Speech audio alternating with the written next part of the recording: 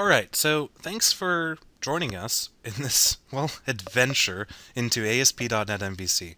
I hope you enjoyed the lessons, and I hope you found out some stuff that you didn't previously know, which, You know what? It was a pretty long haul, but you're not going to get a more comprehensive look at it, I don't think. I don't know any programming, and I learned a ton. yeah, and I really organized this in a way to be exactly how I would want things to be taught when I started learning this. So I know that some things may have been dense, but remember, practice. Type the code out and work with it.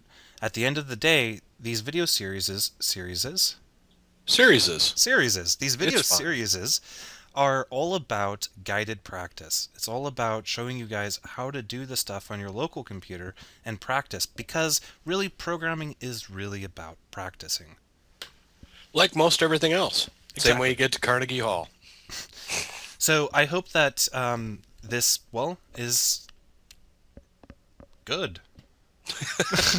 I think it was outstanding. We hope to see you guys in the next series we do. We hope you loved this one as much as we did.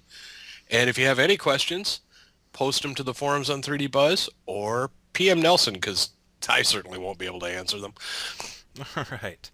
So we'll see you guys next time. Thanks.